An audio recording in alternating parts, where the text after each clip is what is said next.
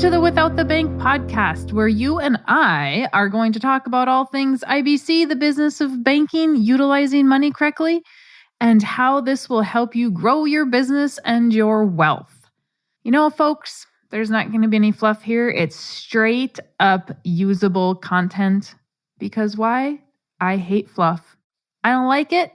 It's time consuming and nothing is gained from it.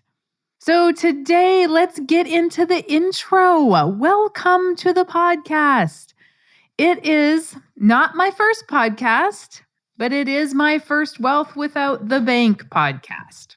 Many of you may have already been listening to my Farming Without the Bank podcast because I also have a podcast for farmers. So for those of you that don't know me, I am Mary Jo Ehrman, and I am an infinite banking practitioner.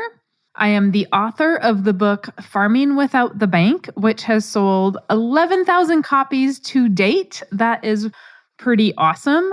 And the author of the book Life Without the Bank. And so in this podcast, we are not going to be talking farming. We are going to be talking business for the most part and how to grow your business. We are also going to be talking to people who are just employees and don't believe in the system. And why both? Why am I not narrowing it down maybe to one or the other? Because I was both. I was the employee who did not believe in the 401k system. I did not believe in the market. I put very little money there. I was always very hesitant to even contribute. And I just didn't see the value. Nobody could explain to me, why am I putting money here? And then on the outside, I was reading books like Rich Dad, Poor Dad. I was reading books about how to correctly put money in the market, gamble, without losing, because I was always very concerned about retirement.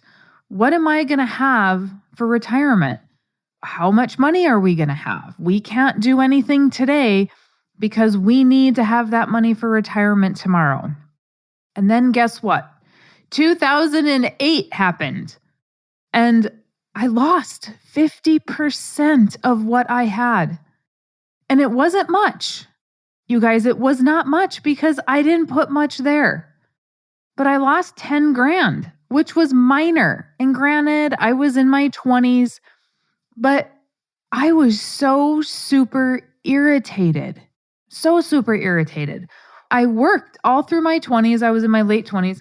I worked all through my 20s, put some money there finally, right? Did what everybody finally told me to do. And I lost it. Well, that was just absolutely crazy to me. Like, I could not get my head around it. I've never been one to gamble. I don't go to the casino to gamble. I go to the casino to watch other people gamble. I find that very fascinating. And I am guessing I am not alone. I especially like the craps table. It is very fascinating to me how craps works. And I like to watch other people. If they're making money, good for them. If they lost money, oh, thank God it wasn't me. And so I did not like this 401k thing. And then my financial advisor said, oh, Mary Jo, just hang in there. It'll come back. And I thought, well, that is the craziest thing I ever heard. Why would I hang in there? Or now is the time to buy. With what? I just lost my money. I was barely contributing anything. Because why? You have little kids at home. You have a house payment. You have groceries to buy. You probably are in a situation as an employee that we don't have any extra money to put there. Or a lot of my clients that are employees are putting, if they do have extra, they're putting like 11% in there. Okay, great. I just put everything into the stock market and lost it. If I'm contributing 11% or 12%, or I'm maxing that thing out every year, it's already all going there. Where am I supposed to find the extra unless I'm really making a ton of money. And how am I supposed to be buying real estate and building a business if all my money is going to my 401k? Because I was an employee, not the best employee. I did a good job. I worked. I showed up every day. I loved my bosses. But guess what? Down deep, I was an entrepreneur. I always had a little side gig. I had a little chocolate business. I made chocolate candy. That was successful. I just got tired of shaking off pretzel rods, shaking chocolate off pretzel rods and feeling carpal tunnel pains going up my arm, right? And so I had businesses on the side and I was always trying to grow these businesses, but where was my money going? Into my 401k. I didn't have the business. Luckily, the business had to make enough money to pay for itself because the non-business job wasn't paying for anything for the business. I wasn't making enough at my job to supplement a losing business. So the business had to be profitable, which is fantastic. Because if any of you are starting a business out there and your non-business job that you go to every day is supplementing that business, you better figure out how to make it profitable so you can quit someday. If that business is never profitable, you're never going to be able to quit. Okay, got a little sidetracked. So I was always looking for something else. I was looking for ways to grow a business and have money to do that. But putting it in a 401k was not the answer. And I found the answer, which is the infinite banking concept in 2010. I found the answer of what I had been looking for, actually looking. I was not just, some people say, oh, I was looking for this and it just so happened. Well, yes, this just so happened, but I was Googling before. It wasn't Google, it was Yahoo in 2010. I was Yahooing, looking for ways and things to do with my money. I had been reading about real estate since I was 23 years old. I had worked for people who had real estate, and I had mentored with them to an extent. I wanted real estate, but guess what? I couldn't buy real estate because I was putting money in a 401k. I couldn't create any cash flow.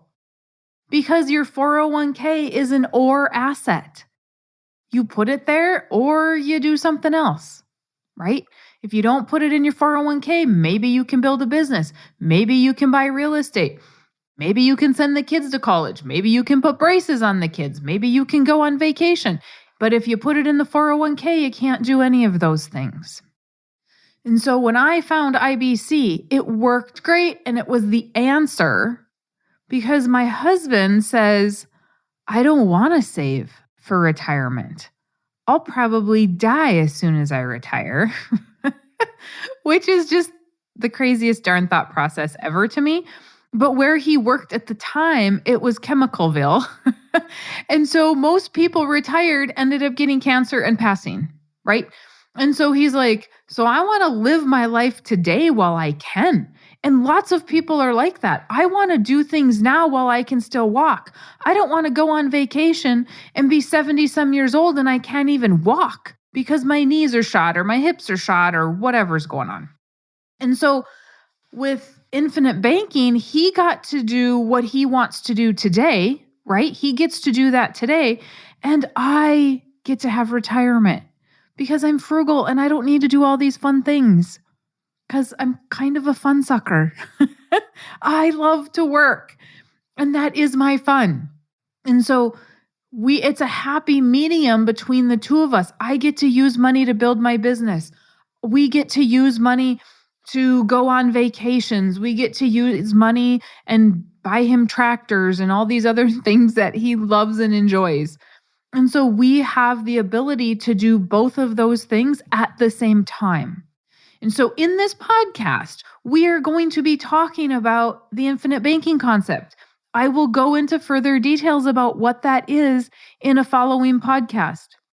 We are going to talk about why you need to be the banker and why you're going to need to put on your banker hat. Pretend as if you work at the bank or you own that bank. That's where we're going to get to. We're going to talk about how you need to utilize money correctly and how we're not taught to do that. And then you're going to be able to put it all together and figure out, how is this going to help me start my business? How is this going to help me grow my business? How is this going to help me as an employee if I am not wanting to put money in a 401k? What other options do I have? Can I do this and still buy the house and the boat and the cars and all those good things? Can I still do this and create something that provides cash flow? I have practiced this concept for 11 years. 11 years. I'm just at the beginning of year 11 at the recording of this podcast. Since 2010, I have been practicing this. It works. It is awesome. Why more people don't know about it? Oh, that's a whole podcast on its own, you guys. And we're going to have fun. We're going to have fun in this podcast. But you're going to learn stuff. It's going to be usable content because as you listen and get to know me, you are going to quickly learn I don't like fluff. I don't like it when people use too many words because I want to get to the point. I want to provide a solution. I want to figure out what we need to do, right? And there's a lot of people in this industry that are providing fluff. Oh, good Lord, who has time for that? Let's get the information we need so we can get started and stop gambling with our retirement and start creating some cash flow, start building some businesses, putting ourselves into the banker position because there are more banks on every corner than anything else. And how and why are they all surviving? We're going to talk about all those awesome things, all of them. And you're going to get to know me a little bit in the process. So stay tuned. And I hope that you continue to listen and that you come back and that you find this valuable. And please let me know if there is anything that you would love to hear from me. You can just message me at MaryJo@WithoutTheBank, and I would be happy to talk about it on this podcast. If you are looking for more information, go to withoutthebank.com and grab the Life Without the Bank book.